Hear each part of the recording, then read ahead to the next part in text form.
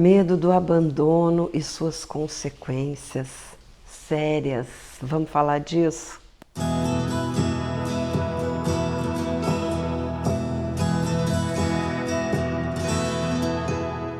Por que é que eu sou controladora e possessiva? Você já se perguntou isso? Você já perdeu alguém por causa disso? O controle e a possessividade, elas podem atrapalhar bastante as suas relações. A perda de um grande amor pode ser muito devastadora quando dentro da gente, lá no fundinho de nós, a gente carrega uma semente de sentimento de abandono. Alguns acontecimentos na vida da gente despertam sentimentos ligados a lembranças que a gente nem chega a identificar. O sentimento, ele simplesmente vem, aparece e provoca reações na gente, reações desproporcionais, muitas vezes, ao que está realmente acontecendo. Então, você já viu quantas vezes você tem uma reação que nem você sabe por que você foi tão abrupta, ou por que você se sentiu tão mal, por que você reagiu de uma forma tão negativa? É por causa disso, a emoção vem, a gente não sabe direito por quê, porque a lembrança em si daquele sentimento que veio, ela não vem à tona com facilidade, vem só o sentimento. Então fica difícil da gente entender por que a gente se comportou de uma forma ou de outra, não é? É muito difícil.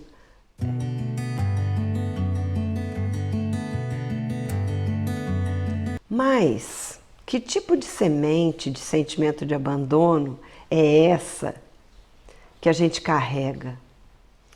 Quando uma pessoa é abandonada de verdade, em um momento da vida em que ela está altamente dependente, altamente vulnerável, né? Tô falando da criança, da gente quando é pequena. Então, quando ela se sente abandonada, ela está completamente sozinha, sem poder fazer nada para ajudar a si própria, né? Imagina um bebê que a mãe demora muito para voltar, ou que a mãe foi até preparar a mamadeira de repente, mas para a criança o que ela sente não é que a mãe está cuidando dela fazendo uma mamadeira, ela sente que a mãe está ausente, largou ela ali, não é? Muitas vezes na infância podem ter acontecido decepções sérias, de repente perdas, né? Perda da mãe mesmo, por morte do pai ou de quem cuida, a perda de uma pessoa que cuidava de você e foi embora, não é? O bebê, a criança não entende que era uma babá que foi demitida, a criança se sente abandonadíssima por aquela pessoa. Ou mesmo em situações de maus tratos, não é? A criança que ficou ali muito tempo, passou do horário dela comer, que passou da hora dela dormir, ela se sente abandonada, né? Então, maus tratos mesmo, se ela fica muito tempo com a fralda sujinha, ninguém vem trocar, ela se sente abandonada. Esses sentimentos são muito fortes, né? Ou mesmo abusos físicos, abusos emocionais. Há muitas situações que a criança se sente muito abusada, não é? Não necessariamente fisicamente, mas por um monte de falta de limites, né? Ou mesmo a instabilidade dos pais, né? Tem pais que parecem ser até bipolares.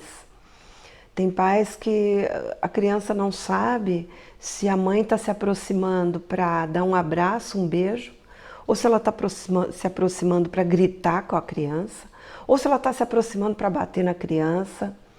Tem pessoas que se elas imaginassem o que a criança vai carregar para o resto da vida, que isso vai acabar até interferindo nas relações dela, eles não fariam isso, né?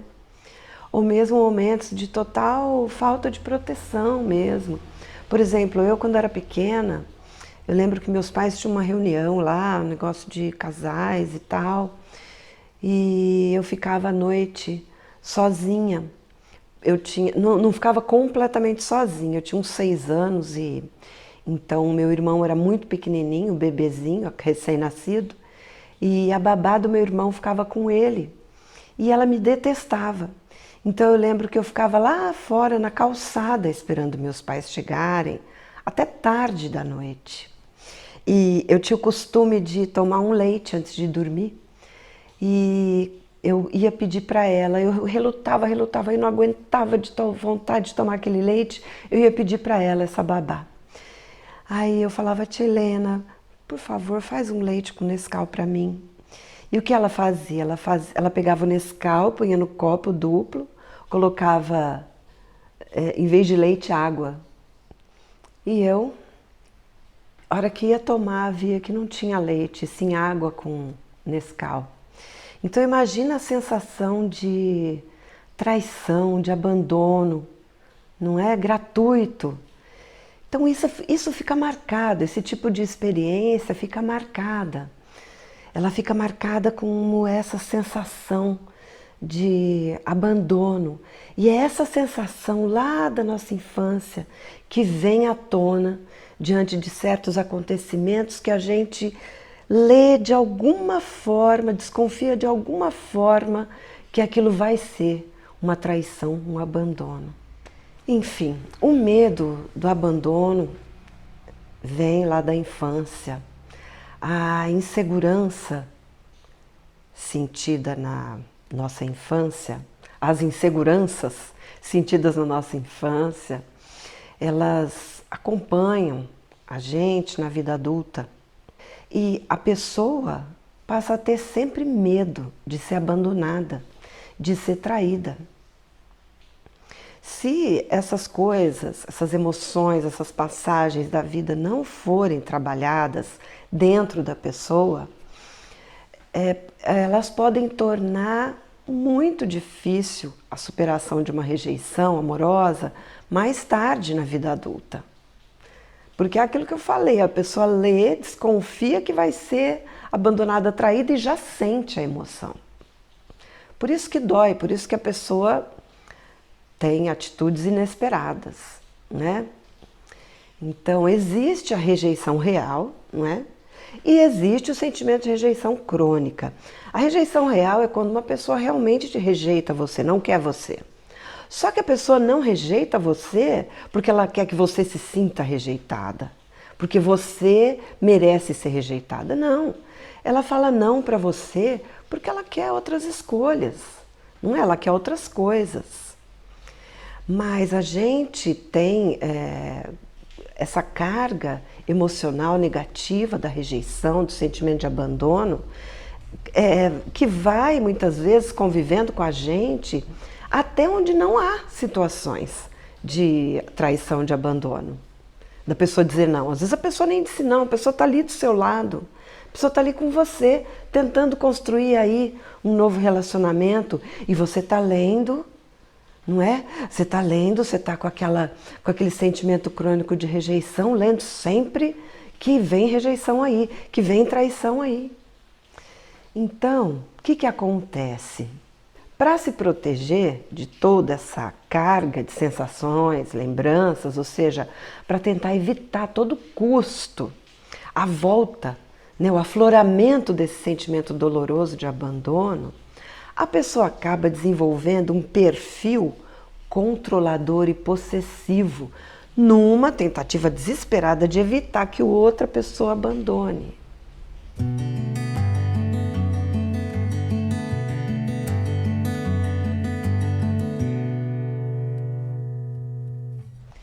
Então ela começa a desconfiar do outro, ela quer controlar. Ela desconfia dos horários, ela desconfia da expressão do rosto, dos olhares que a pessoa dá para os outros lados. Ela passa a desconfiar de tudo, do jeito que a pessoa respira. Ela passa a querer ler a rejeição em tudo à sua volta, em cada pequeno gesto da pessoa que está do lado. É uma coisa doentia mesmo. É uma coisa difícil de controlar, não é? Ela passa a desrespeitar a privacidade do outro, não é? E ela quer ver no celular que hora que ele estava online, que hora que ele não estava online. E ela quer ver na fatura do cartão onde que ele gastou, se foi em algum lugar suspeito, se não foi. E começa a mexer em bolso, e começa a mexer num monte de coisa, e mexe no porta-luvas do carro. Começa a invadir a privacidade realmente. A pessoa vai conversar com um amigo no telefone, ela já fica atrás tentando escutar o que será que ele vai falar. Enfim, um comportamento controlador e possessivo destrutivo. Aí é que entra a confusão entre o ciúme normal e a possessividade. Porque sentir ciúme é uma coisa totalmente normal. Não é? Você, por exemplo, sentir ciúme quando você vê que a pessoa que está com você está ali e tem alguém olhando para ela, fala, ai que ciúme, né? Aquela ali está querendo aquela minha pessoa. Isso é normal sentir. O que não é normal é a possessividade, não é? É ficar fantasiando coisas e jogar em cima da pessoa. Chega lá e fala, o que que você está fazendo, hein? Que a outra ali está olhando para você.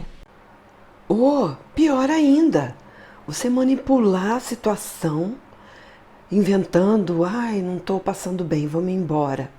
Ou seja, você tira o cara da festa, você tira vocês dois da festa por causa de um delírio motivado por esse pavor do abandono. Entendeu a diferença? Uma coisa é você sentir, falar, putz, aquela ali está olhando para ele. Né? Ó, como que ele tá bonitão, ai que ciúme. Outra coisa é você passar a acusar o cara. E vai controlando, como se controlando os passos, o comportamento, as relações do outro, a pessoa fosse se assegurar de que ela não vai ser abandonada. Na verdade, ninguém suporta ser controlado. Ninguém suporta ser vítima de desconfiança o tempo todo, ter a sua privacidade invadida o tempo todo. Ninguém suporta. E o que a pessoa acaba conseguindo com isso é justamente o que ela menos queria. Ela consegue justamente o contrário do que ela deseja. Ela acaba fazendo a fantasia do abandono se realizar, porque a outra pessoa acaba se afastando de verdade. E, vamos ser sinceras, o controle é ilusório, né? O controle é totalmente ilusório, por mais que você tente cercar todas as possibilidades de traição e de abandono. Quando a outra pessoa se afasta, o que acontece? Quando o outro se afasta, a pessoa fica devastada, arrasada. A dedicação do dia a dia dela era o quê? Era tomar conta, não é? Era tomar conta das traições, dos possíveis desvios do outro. Era ficar inspecionando as coisas do outro. Era perseguir o outro, duvidar, desconfiar. Era tentar evitar a todo custo que ele não desviasse o foco, o interesse dele para nada, além dela, além da pessoa. Isso não existe, gente. Enfim, a pessoa ficava tão ocupada com a possessão que nem conseguiu viver a relação. A pessoa nem conseguiu aproveitar o que o outro tinha para oferecer. Ela nem conseguiu investir na construção de uma relação boa, uma relação de sucesso. A pessoa então se sente totalmente vazia, porque não sobrou nada. Não sobrou nada do outro, não sobrou nada da relação, né? Ela tanto perseguiu, controlou e nas mãos dela ficou sem nada. Quando o outro se afasta, as crenças limitantes da pessoa que foi abandonada, aquelas crenças que dizem assim: nossa, eu faço de tudo, eu dou tudo de mim e eu nunca sou valorizada. Tá vendo? Eu não sou boa o bastante para ser amada. Amor não é para mim, não. Então essas frases, elas acabam ficando reforçadas. Afinal, ela foi abandonada de verdade. Então isso reforça. Equivocadamente isso se reforça. A pessoa passa a acreditar que essas coisas são características dela, né? Sendo que são apenas consequências da atitude controladora e possessiva dela. Assim, crenças que não correspondem à verdade são alimentadas mais uma vez. E a pessoa nem questiona se na verdade não foram atitudes controladoras dela que acabaram causando o problema, né? Que impediram que ela fosse valorizada como ela merece, impediram que ela fosse amada como ela merece. Então, não é que ela é uma pessoa que ninguém vai amar, e sim, ela tem uma atitude de posse e de controle que não deixa que o outro sinta amor por ela, não deixa que o amor se estabeleça ali. Não é que ela não é valorizada, e sim, as atitudes dela não permitiram que o valor dela aparecesse, que ele fosse mostrado.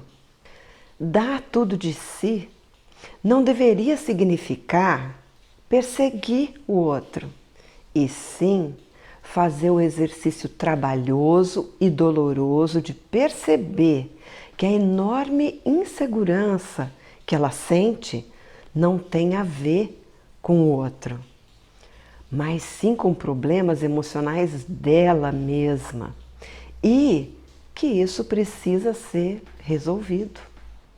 Quando o outro se afasta, o medo do abandono ganha ainda mais força.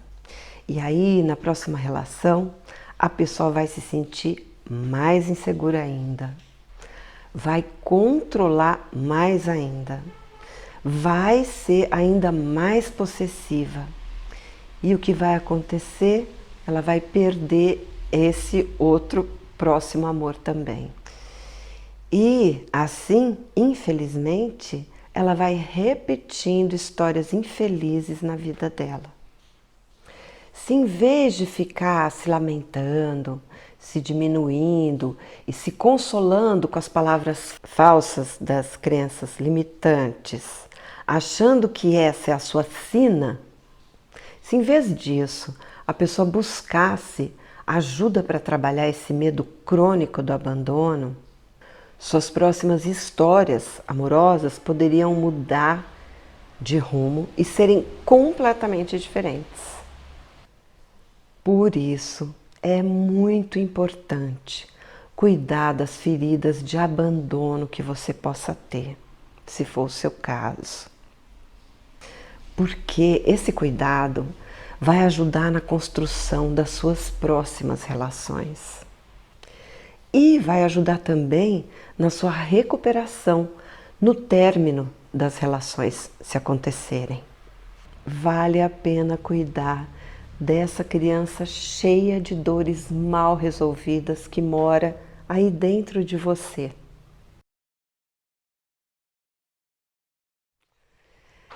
Bom, era isso que eu tinha para falar para você hoje.